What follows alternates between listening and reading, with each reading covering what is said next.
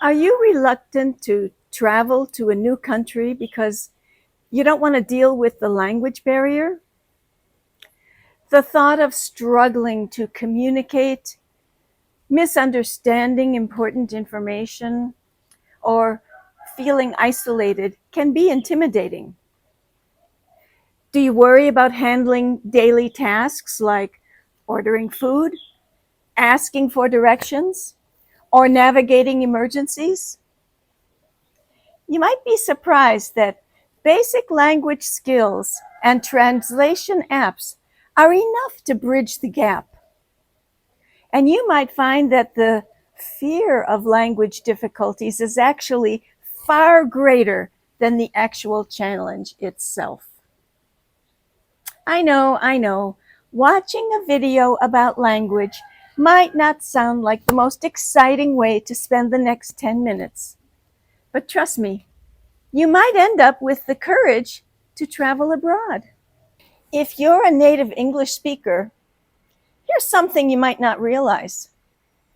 You've already mastered one of the hardest languages in the world. And in just a bit, I'll break down exactly why English is such a beast to learn. So since you've already succeeded at English, picking up basic survival phrases in another language isn't nearly as tough as you think, especially compared to the millions of people struggling to learn English as a second language. I know you native English speakers might be skeptical right now, but stick with me. By the end of this video, I just might change your mind. Hi, I'm Kate. I'm an American expat, and when I wanted to live an adventurous life overseas, I took the plunge. And now I make videos about both the challenges and the joys of living in Indonesia. Welcome to my YouTube channel, KateGypsy. Back to English. Yes, English is way harder than you think. If you grew up speaking English, you have no idea just how difficult it actually is. And that's not your fault. You picked it up naturally over the years, copying your parents, teachers, and everyone around you. But here's a challenge. Why do Americans say John is in the hospital, but in England they say John is in hospital? Did you catch the difference? In the hospital versus in hospital? Or how about this? Why do we say, I'm going to the doctor in some cases, but I'm going to a doctor in others? You instinctively know which one to use, but can you actually explain why? You're likely to say, well, that's just the way we say it. And it wouldn't even get you to try to figure out why. You don't need to know why. When I taught English here in Indonesia for 15 years, I had to break down these weird little rules for my students. And let me tell you, it made me realize just how insanely complicated English really is. A huge congratulations to you if you have learned English as a second language. Now, English might not be at the absolute top of the list of the hardest languages to learn. After all, it's not a tonal language, and you don't have to learn an entirely new alphabet. But make no mistake, English is ridiculously difficult. Why? Because we love to break our own rules. Irregular spellings? Everywhere. Bizarre pronunciation? Oh yeah. Through, though, rough. Look at these 3 words on the screen right now. Wouldn't you think they'd be pronounced in a similar way? But no. And then grammar rules that, well, they seem solid until suddenly they aren't.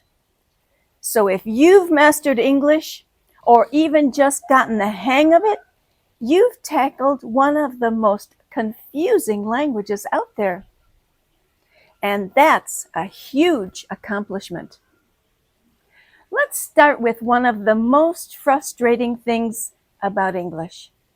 I already mentioned it earlier. Do you remember what it is?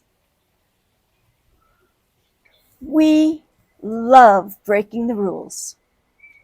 Most languages have clear rules that help learners make sense of all those letters and sounds.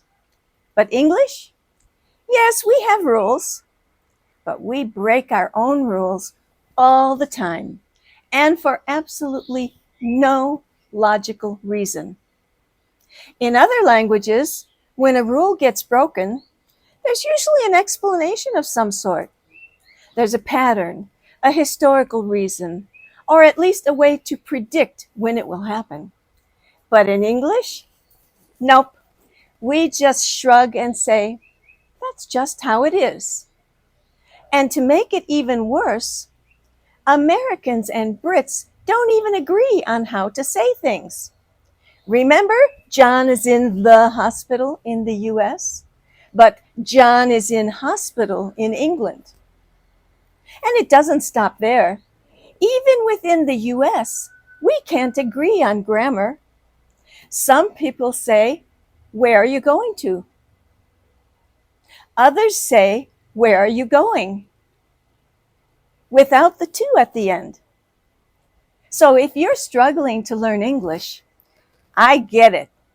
Even native speakers can't agree on the best way to say things.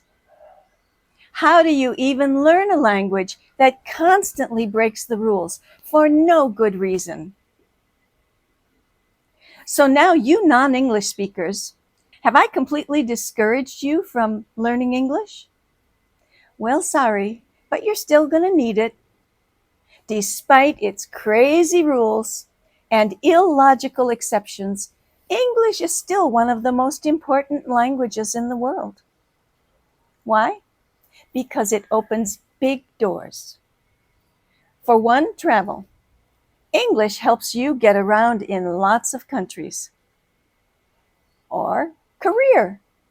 Many top jobs require English proficiency. Education.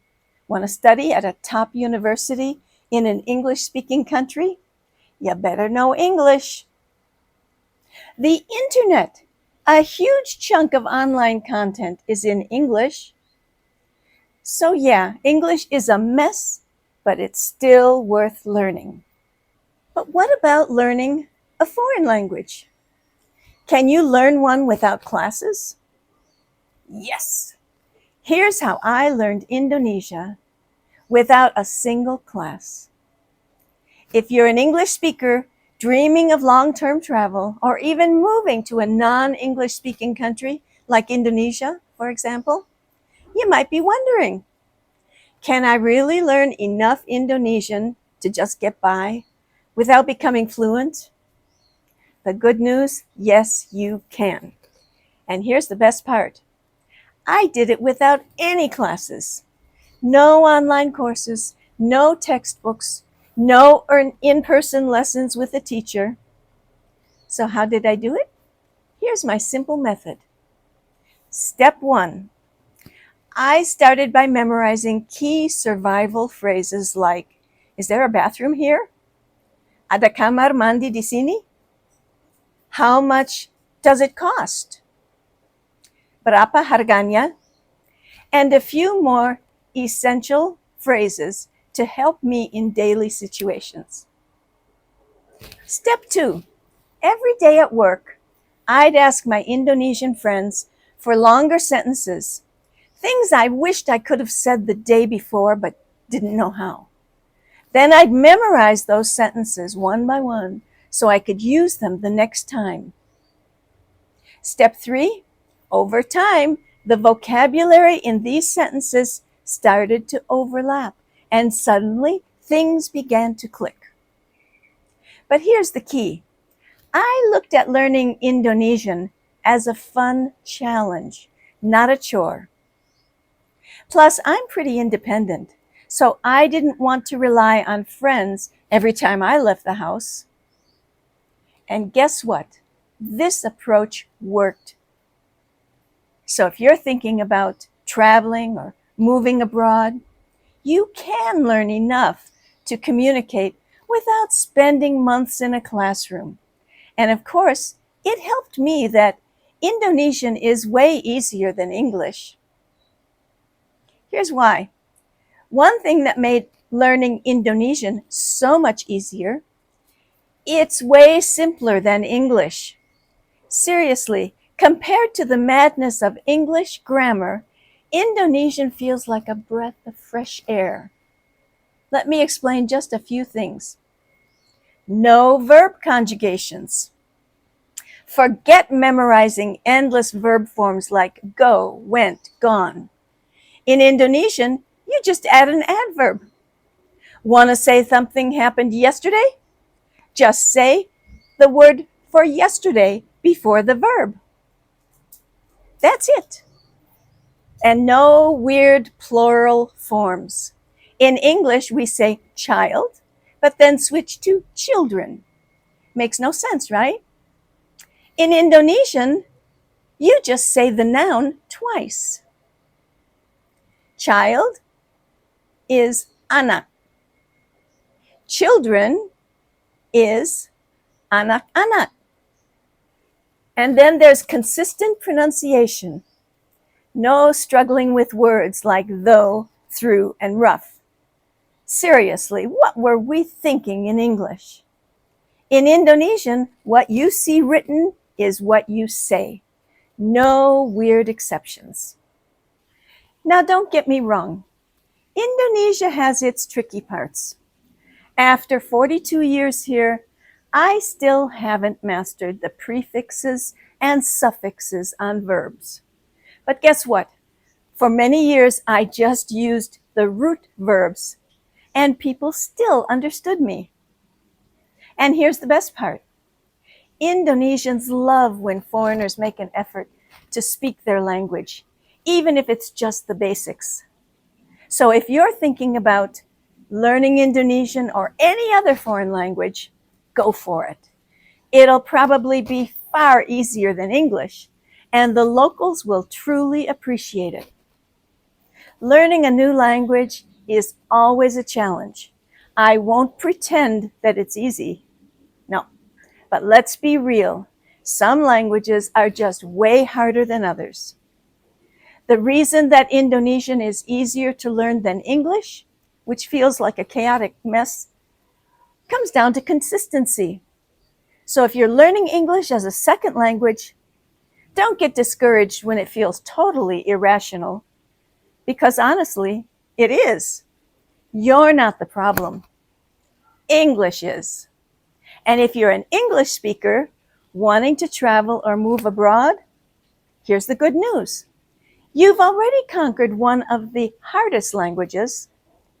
That means learning just enough of another language to get by will be totally doable. The bottom line, language learning isn't impossible. It's just about finding the right approach. Have you learned a second language? How difficult was it for you? Please let me know in the comments below. Thanks for watching. Bye for now. Till next time. Bye.